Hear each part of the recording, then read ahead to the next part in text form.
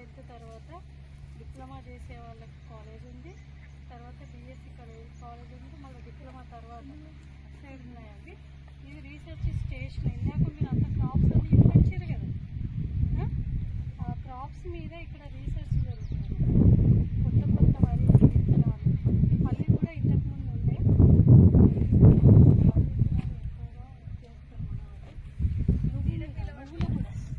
నువ్వులు వరి విత్తనాలు ఉంటుంది.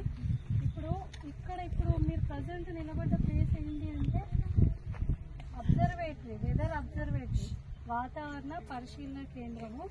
ఇందులో ఏంటి అంటే ఏం కాదు, నన్ను తోసుకోకండి, పెద్దవాళ్ళు ఎంతకు నిలబడండి. నేను అందరికి కనిపిస్తున్నాను కదా, వాయిస్ వినబడుతుందిగా, సరిపోతుంది. అది సన్షైన్ రికార్డర్. సన్షైన్ రికార్డర్లో ఏంటి అంటే డేలో రోజు ఎన్ని గంటలు ఎండ ఉంది అనేది మ్యాక్సిమం మినిమం కాదు, డేలో రోజు ఎంత ఉంటుంది ఎండ అనేది, ఎన్ని గంటలు కొడుతుంది ఎండ అంటాం కదా, అది తెలుస్తుంది. ఇట్లా పేపర్ ఉంటుంది, గ్లాస్ లాగా ఉందా భూతద్దం, ఈ కార్డు కాలుతుంది అన్నమాట.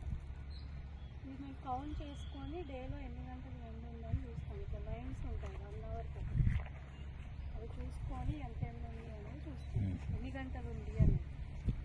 నెక్స్ట్ అది విండ్ వెన్. విండ్ వెన్లో ఏంటి అంటే గాలి direction, north east south west directions ఉంటాయా, ఎటు నుంచి గాలి వీస్తుంది అనేది తెలవడానికి. సరే, ఎటు నుంచి గాలి వీస్తుంది అంటే ప్యాడ్ ఉందా, ప్యాడ్ ఇట్లా ఉంది కదా పొడుగ్గా, అది పోయే దిశ. వెనకాల పిడి ఉంది కదా, అది వచ్చే దిశ. ఎప్పుడైనా వచ్చే దిశనే పాయింట్ అవుట్ చేస్తాం. సౌత్ నార్త్ నుంచి ఉంది, ఇప్పుడు పాయింట్ అవుట్ ఎక్కడ ఉందో అది సౌత్ నుంచి ఉంది. ఇగో ఇది అన్మోమీటరు. యాక్చువల్గా ఇప్పుడు నార్త్ అండ్ ఈస్ట్ నుంచి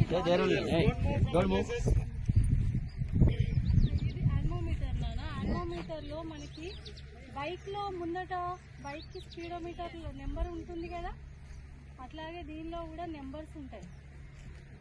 పైన కప్స్ ఉన్నాయా, గాలికి రొటేట్ అవుతున్న కొద్దీ అందులో లింక్ ఉంటుంది, తిరుగుతూ ఉంటుంది మీటర్ రీడింగ్.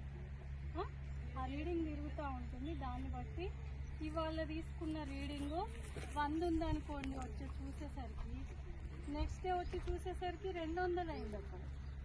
అవునా? ఆ 200 నుంచి 100 తీసేస్తాం, 100నే వస్తుంది కదా, అంతేనా?